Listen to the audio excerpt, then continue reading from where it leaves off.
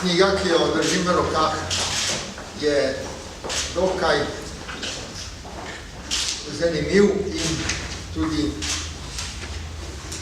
natančen pregled preteklega časa, v katerem smo v Sloveniji bili časa, bom rekel, neuspele tranzicije. Seveda, številni prispevki so nam znani, vendar so mi znani kot posamični prispevki. Zdaj so tu združeni in kritične analize seveda dobijo popolnoma novo sliko, ko vzameš v roko dopovedstjo. Posebna vrednost knjige je tudi to, da ima dodano zelo natančno imensko kazalo, tudi druge opombe po črto, marsikaj pojasnijo, ker sicer v prispevkih, ki se objavljajo sicer v periodičnih glasilih, ni tako mogoče. Knjiga je dragocen prispevek k poznavanju dogajanj in vsega tega, kar se je dogajalo v slovenski družbi v času, ki ga ta knjiga obravnava.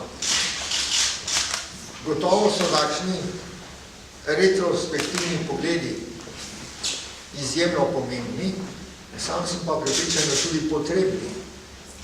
Mislim, da bo treba naš retrospektivni pogled še nekoliko poglobiti in narediti neko takšno analizo zlasti na področju ekonomskih dogajanj v Sloveniji od leta 1988 naprej.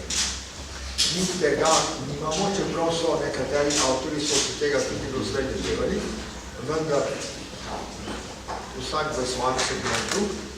To je gotovo delo, ki še čaka bodoče avtorje, natančno analizo, kako je pravzaprav potekala ekonomska in gospodarska tranzicija od leta 1988 naprej in kako se pravzaprav ni nič bistvenega spremenilo vse od takrat. To me spominja na nek znan francoski pregovor, ki pravi plus que se change, plus reste le même.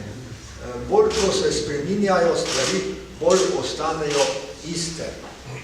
Dan danes, če se ozremo za četrt stoletja nazaj, lahko samo ugotovimo resničnost tega znanega francoskega rekla.